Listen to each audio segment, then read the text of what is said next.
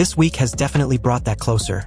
The Duke of Sussex told The Guardian of his desire to take his kids to England following his recent trip. Prince Harry would like to take his kids, Prince Archie and Princess Lilibet, to the UK at some point soon following his recent reunion with his father, King Charles. While speaking to The Guardian during his recent trip to Ukraine, the Duke of Sussex, 41, said he'd like to take 6-year-old Archie and 4-year-old Lilibet, whom he shares with wife Meghan Markle, 44, back to his native England. Yes, I would. This week has definitely brought that closer, Harry told the newspaper. When questioned whether he'd like to bring his children there one day, despite the issues over his security arrangements, Harry's latest comments come after he told BBC News in May that he couldn't see a world in which I would be bringing my wife and children back to the UK at this point, after losing his legal appeal against a government decision that stripped him of automatic police protection when visiting Britain.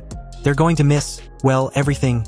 Harry, who had his security downgraded 5 years ago when he stepped back from royal duties in 2020, continued, I love my country. I always have done, despite what some people in that country have done. I miss the UK. I miss parts of the UK, of course I do, he told the outlet at the time.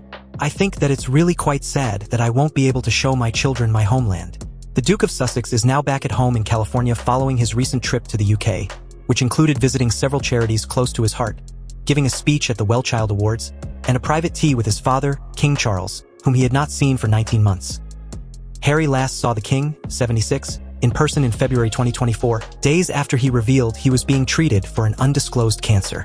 During their latest meeting, the Duke of Sussex was pictured arriving by car at Clarence House at around 5:20 p.m. local time on September 10th. He departed the residence about 55 minutes later.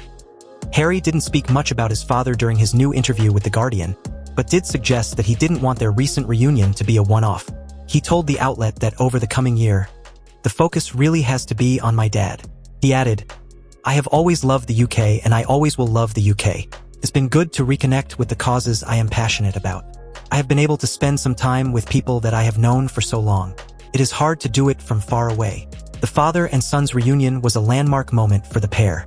Those close to the Duke have told people that the King had previously not been taking his calls, and any messages were left unanswered. Earlier this year, Harry expressed his desire to begin steps towards a rapprochement, telling BBC News in May that he would love reconciliation.